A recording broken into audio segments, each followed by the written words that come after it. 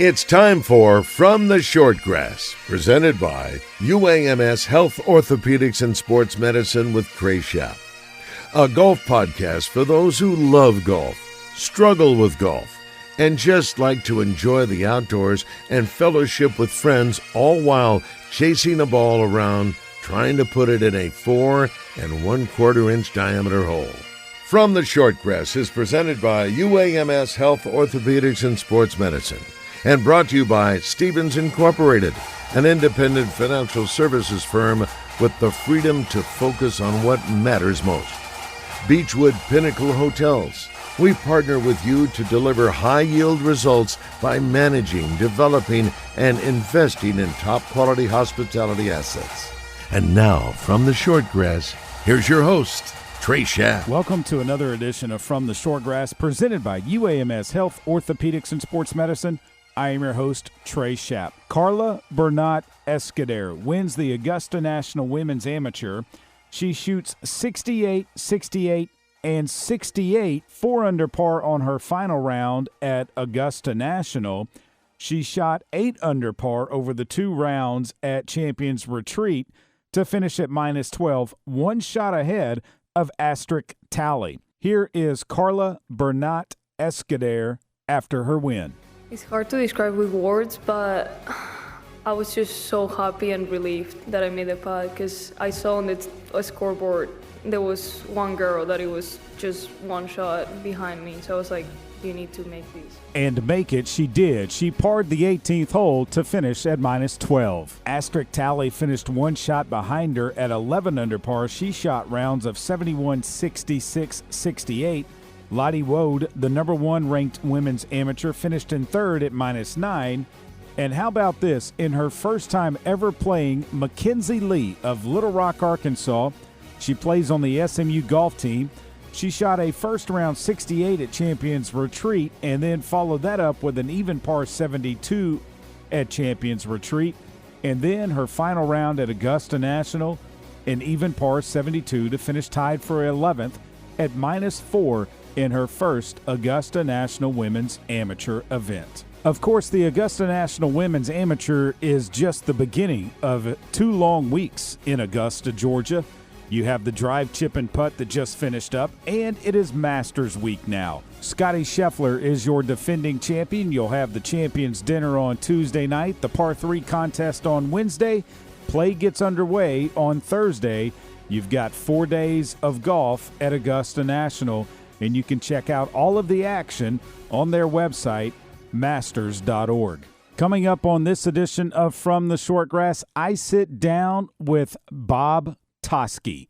Born in Haydenville, Massachusetts, of Polish descent, the 8th of 9 children, learned to play the game of golf at Northampton Country Club, where he caddied and where his 2 elder brothers, Jack and Ben, were assistant professionals. Of course, he turned pro and was inducted into the PGA Golf Professional Hall of Fame in 2013. Last week, I had a chance to sit down with him and one of his prized pupils, Ken Duke. You will not want to miss my interview with Bob Toski coming up after the break. At UAMS Health Orthopedics and Sports Medicine, they are dedicated to keeping you in the game. From sports injuries to joint replacement, they provide world-class care right here in Arkansas. Call 501-686-TOSH to schedule your appointment today and get back to living pain-free. We're back after this. Stay with us. Beechwood Pinnacle Hotel Group is the leader in the state in managing hotel properties. From El Dorado to Jonesboro to Fayetteville to Kansas City and back home in Little Rock, you will find a Beechwood Pinnacle managed hotel property. Are you looking for a weekend staycation? Book the Hilton Garden Inn located on Rock Street and enjoy the Agassi 7-rooftop bar with fantastic views of the Little Rock skyline. Open Sunday through Thursday evenings from 4 to 11 and Friday and Saturday from 5 to midnight. Find them on the web at bphotels.com. Beechwood Pinnacle Hotel Group. At Stevens, our philosophy is to invest every dollar as if it were our own, to seize opportunity, to anticipate rather than react, to deliver constant focus in an ever-changing world, and to pursue the objectives of our clients in order to help them reach their financial goals. A proven history of helping companies and individuals. Stevens, member NYSE SIPC. It's Justin Acree. If you're dealing with back or neck pain, the Orthopedic and Spine Hospital at UAMS Health is here to help. Whether it's neurosurgery, orthopedic surgery, sports medicine, or pain management, their experts have you covered with the latest technology and minimally invasive techniques. They're focused on reducing your pain, improving mobility, and getting you back to doing what you love. Call 501-686-TOSH to set up an appointment today. That's 501-686-8674. The doctor will see you now.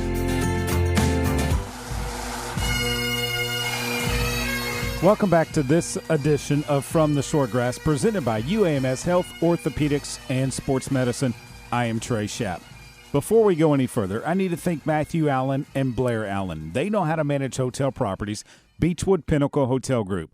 Find them on the web, bphotels.com. When you need an overnight place to stay, they are the ones that will make sure you have a great night of rest. Bob Toski. In 1949, he joined the PGA Tour. He broke through for his first win in the Insurance City Open in 1953. He was the leading money winner in 1954, when his 4 victories included the World Championship of Golf, where first prize was, get this, $50,000, the richest prize money golf event in the world.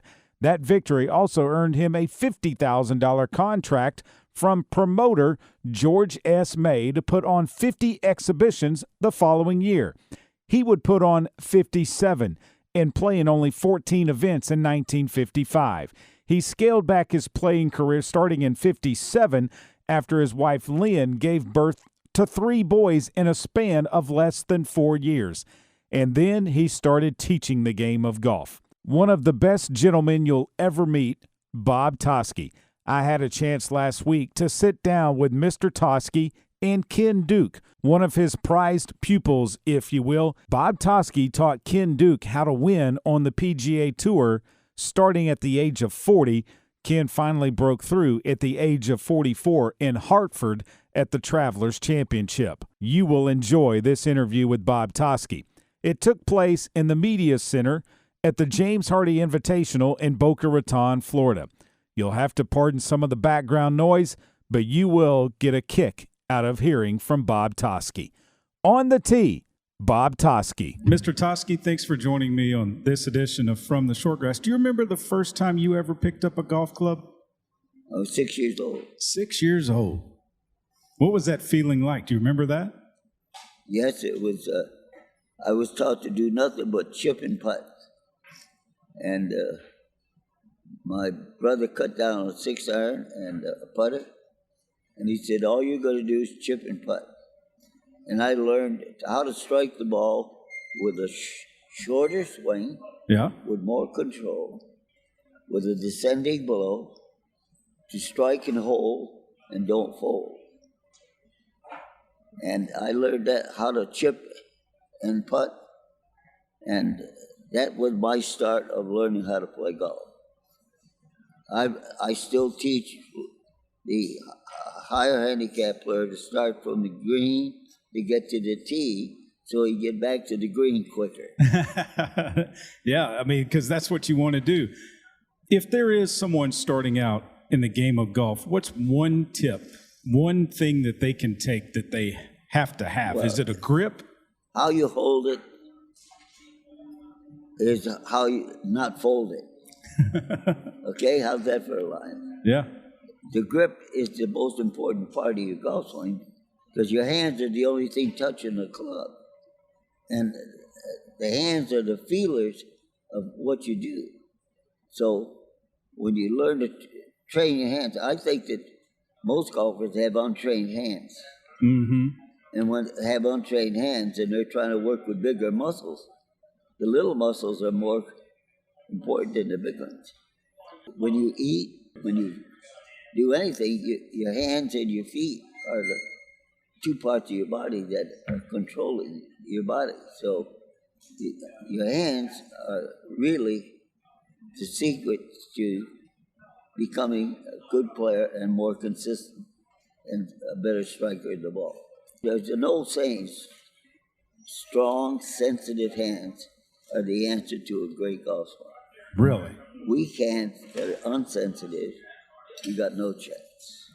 Best golfer you've ever seen. Who is it? Byron Nelson. Byron Nelson, I was just with Ken. Yep. Byron Nelson put an exhibition on for me at the Cypress Point. And this was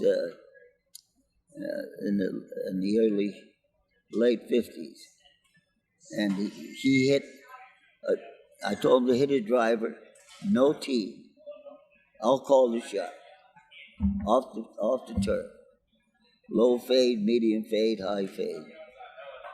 Low draw, medium draw. And then when he got to the high draw, he stopped.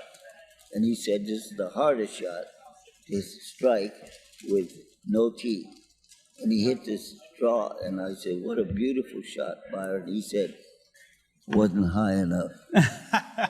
Now, he put on an exhibition of ball striking with no tee. And the caddy didn't move very far. Didn't change his grip.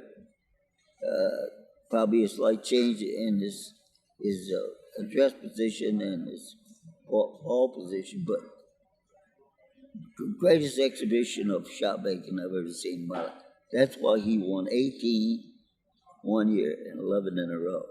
Amazing. Now, he doesn't get credit for that because he retired when he was 30. Mm-hmm. And there's another young man that did the same thing. You're looking at him. Mr. Toski. Yeah. You're the man. When you first laid eyes on Ken Duke, and I know he battled scoliosis, he credits you for changing his golf swing. How did you change his swing? Just remember, he changed it. Okay. How did he change his swing? I taught him how to change. How did you teach him how to change it? Well, first of all, Ken was aiming way left. Mm-hmm. And he was swinging way right. Now look at the difference in the spread. Yeah. And he was wondering why his ball would go right to right. I took out a pitching wedge, I remember, and I said, I'm going to aim this at the target. You stand back and tell me where that club is aiming. He said it's aiming right at the target. So I didn't change the position of the club face. But when he addressed the ball, he thought the club face was aiming right because it had been aiming left. So once he learned how to aim and swing where he was aiming, he went from the worst driver I've ever seen to the best driver on the senior tour. He's number one on the driver. But the greatest thing is, I think one of my greatest accomplishments is I took a 40-year-old man and I told him I'd help him become a winner on the PGA Tour, and then he went on the senior tour. So with that scoliosis and his age, I accomplished something I wouldn't have never believed. What were your thoughts when you saw him win on the PGA Tour? I cried. Did you really? Yep. Remember now, he was 40, and he won at 44. And I know what he had to go through because he was a journeyman, and he just wasn't playing well because he didn't understand good fundamentals. And the amazing thing about him winning in Hartford, I won my first tournament in Hartford when I was 27. He won his first tournament in Hartford when he was 44. 60 years later. Wow. This student of mine wins his first tournament in Hartford, and I won my first. Now, is that an omen? Might have been. Yeah. I think so. What do you get out of teaching the game of golf to others? The biggest part I learned about being a teacher, when I was a tour player, who do you think I thought about? Morning, noon, and night. Yourself. Okay. Now I became a teacher, and in my golf schools, which I did for 20 years with Golf Digest, and then retired. Now I'm thinking about somebody else besides who. I'm giving my knowledge and my experience to teach somebody else how to become a better golfer. Now the art of teaching is how you communicate with different people, with different body styles, with their age, and so on. And you then have to study the anatomy of the person and try to teach them how to play golf with that as good as they can. So I learned one thing. I was a better person teaching than I was a player. Why do you think that is? Because as a player, very simple. How many touring pros played in a week? What number? About 72, 144 in a week during the summer. I had to beat 144, 150 players. And I won 4 tournaments in 1 year for my body size. Now, to do that, I had to think about me. Once I started teaching, I had to think about you, not me. And the art of teaching was to try to help people enjoy life and enjoy their family and play golf better. I always had a saying that golf is spelled with 2 F's. G-O-L-F-F. Mm-hmm. G is God, O is others, L is love, F is family and friends. Oh, man. And I accomplished that as a teacher. Yeah, you sure did. And I have a family of friends, right, Ken? Yeah. So you learn to take, and then you learn to give. That's amazing. How did you get the name Mighty Mouse? Sam Snead. Sam Snead gave you the name Mighty Mouse. Sam had a hillbilly accent. He says, Mousy. You're so quick, Mousy, that you disappear so fast that nobody can see you. And that's how he called me Mighty Mouse. And I'll give you one case in point. We had an exhibition in Kansas City, and I was playing with Sam Snead and 2 other pros. The first hole was into the wind, and I had to hit the ball low to keep it down so it would go further. Sure. So I hit it low, and when I got to my balls, Sam looked at me and he says, Mousy, is that your ball, Mousy? I said, yes, Sam, that's my ball. He says, you must have nailed that thing pretty good because you're not very far behind me.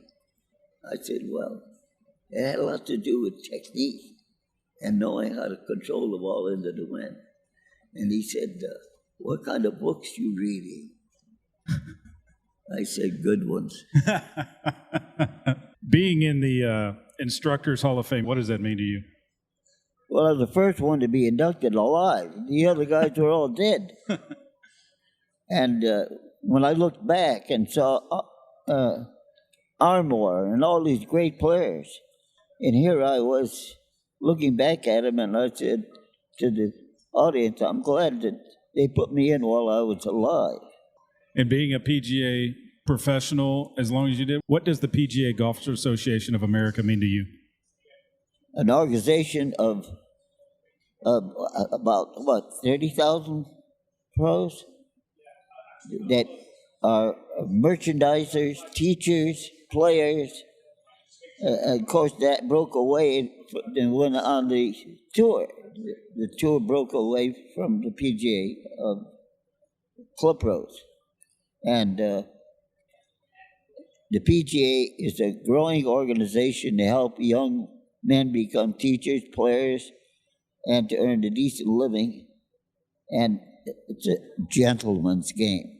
Ken, what does Bob Toski mean to Ken Duke? Yeah, it just changed my life. I mean, we talk about it all the time that he came on this earth for a reason, and he has a gift to share it with others, and he shared it with me and many others, not just tour pros, but amateurs, club pros, just everyone.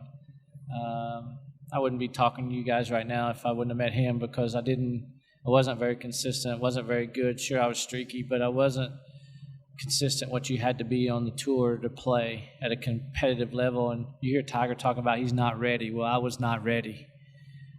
Once I met him, he taught me how not how to hit it, but just made me understand how to hit it and how easy it could be if you listen and you do the fundamentals. That's the whole thing out here. You want to be consistent, same swing every single time, and it's turned out really good, big career for me for 30 years. When you go back to the first meeting with him, was it hard to adjust? Or did you obviously know the pedigree and the history of Mr. Toski and his teaching that whatever you say, I'm going to do? Well, you try to.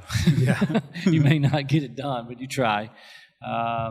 One of the first times I went to the range and met him, he was at a range down just south of here. The thing about him, when you go get a lesson, he doesn't give you warm-up. You think you have to have warm-up, but sometimes you don't have to. It's a mind thing. So you got to trick your mind on that. So he said, grab a 6-iron and hit it at that tree. Hit me 3 shots at that tree. And I hit 3 nice little draws, and that's the way I played. I was an open stance, swinging outside, inside, out, and drawing the ball. And he said, okay, I'm going to show you the way I want you to do it.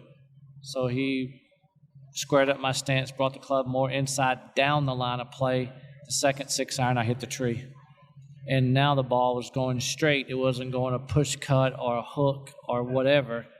I was 42 on the money list the year before on the Corn Ferry, and that year I won the Order of Merit #1. So he started calling me Jesse James because I was hitting it so straight and I was so consistent. Sure, you got to get the ball in the hole, but more than any, I could drive the golf ball. And in the professional golf, you got to drive the golf ball, and that's what I was doing. He said he cried when you won at Hartford.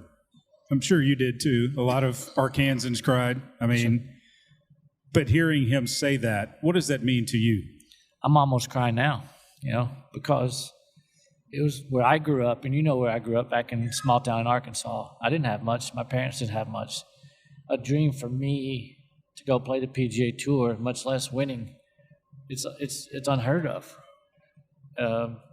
Working graveyard shifts through the summer to play golf on the weekend. I mean, I've done it all.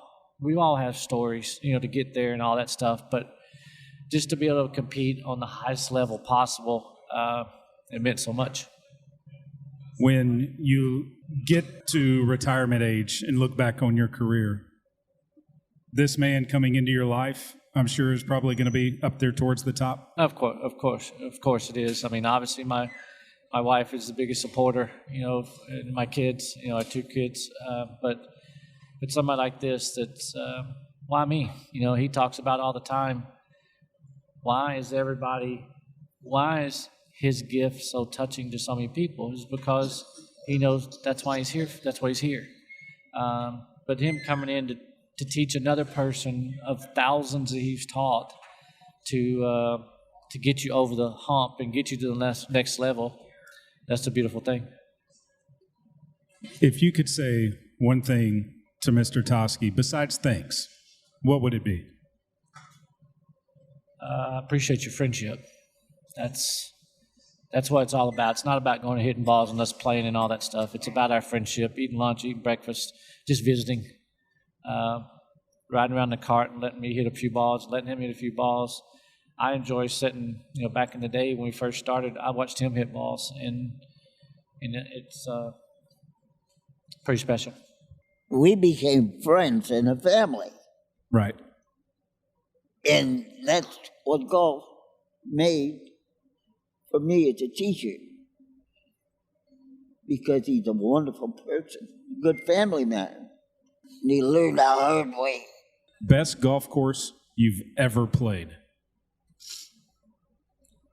Well, when you talk about best golf course, condition or scenic, it could be scenic, it could be conditioned, it could be one that you've always played well, one that you enjoy the most. Well, I always enjoyed Cypress Point. I never did play as good as I wanted to, but the last 3 or 4 holes, I got looking at the scenery and the walls and the birds and whatever. My concentration wasn't on my golf swing. Exactly. I can understand that. Fantasy foursome, you and 3 others, living or deceased, that you would like to play around a golf with. Who would they be? Bobby Jones. Bobby Jones. Walter Hagen. Mm-hmm. Sam Snead, Ben Hogan. Wow. That's pretty good. Mr. Toski, thanks so much for what you've done for the game of golf. Once you share, you care. And I've learned to share and learn to care. At 98, I've lived one hell of a life. No doubt about that. No doubt. My thanks to Ken Duke for bringing Bob Toski down to Boca Raton, Florida, and the James Hardy Invitational so that we could sit down and chat. I hope you enjoyed that interview.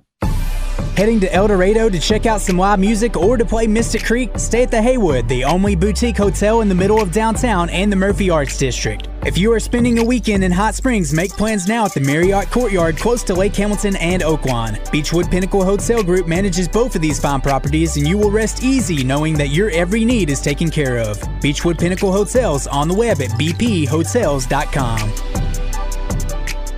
This is Justin Acree with some exciting news. UAMS Ortho Now is now open at the Orthopedic and Spine Hospital at UAMS Health. If you have an orthopedic injury, sports, work, or anything else, walk in and get the best in orthopedic care. No appointment needed. Ortho Now is open Monday through Friday, 8 a.m. to 8 p.m., and Saturday, 8 a.m. to noon. Conveniently located at the Orthopedic and Spine Hospital at UAMS Health. For more information, call 501-686-TOSH. That's 501-686-8674.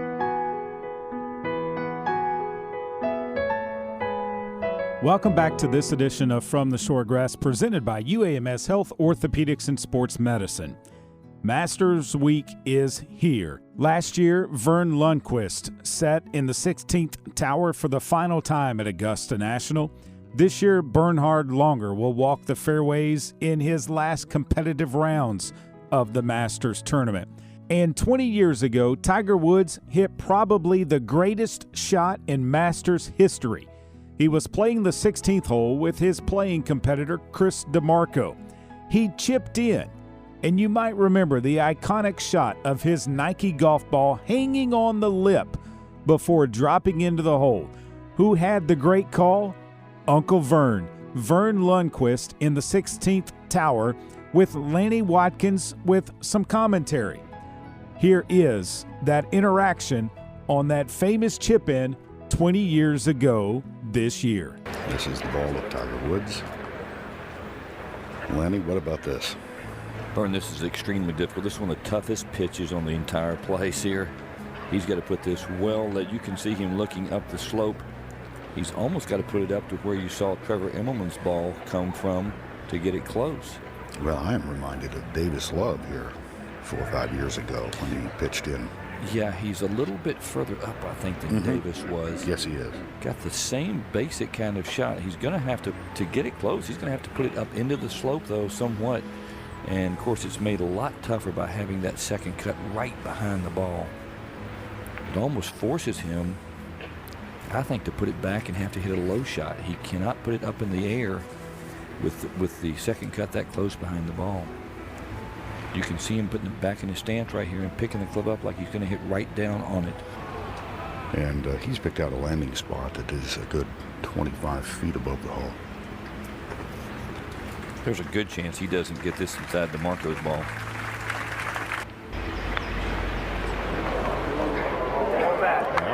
Here it comes.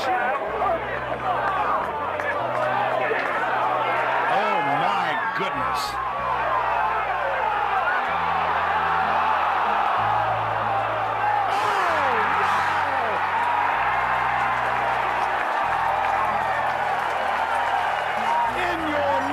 Have you seen anything like that?